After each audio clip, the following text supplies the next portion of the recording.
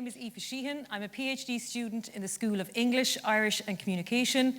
I'm also an analyst and co-commentator on hurling and camogie on RTE Radio. My research is looking at the gendered experiences of women working in sports media, and the title of today's presentation is Not Your One Again. Slide, please. So picture this. I want you all to imagine that we're in a bar. Match of the day has just started, and the sight of a woman on the panel has led to groans going out around the bar. No, not your one again. So have you ever witnessed something like this before? Yeah, a few nods. So that everyday dismissal, that is where my research begins. So I'm exploring how women in sports media navigate representation, credibility, visibility in an Irish and UK context. I've interviewed women working in sports media at various career stages, in various roles, to see how they navigate this male-dominated space. So their stories are sharp, raw, and very honest. 2 papers are published as part of this research, and I'm going to take you through some of my findings so far.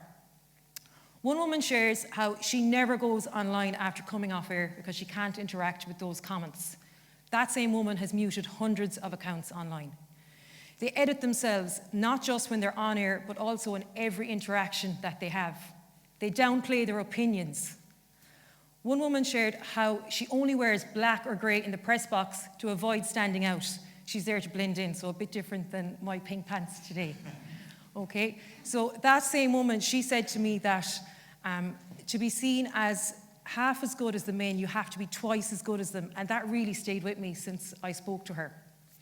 Is she single, married, or available? That's a title of one of my papers.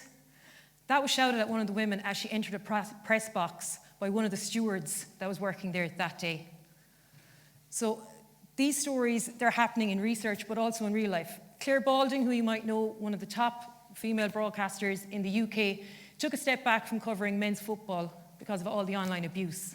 Similarly, Ursula Jacob, a high-profile GAA pundit, nearly left her role on the Sunday game because the online abuse just got too much. So these aren't just stories, they're signals that visibility without support becomes a burden, and my research is uncovering that.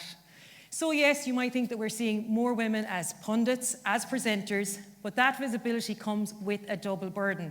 They're there to, yes, do the job, but they're also navigating this scrutiny, silence, stereotypes. My research shines a light on that emotional toll and calls on media organisations to do more than just put women on screen. What supports are in place? What changes are being made? And until those questions are answered, visibility alone will not lead to equality, and your one who's doing twice the work for half the recognition will continue in bars like that to be dismissed. Thank you.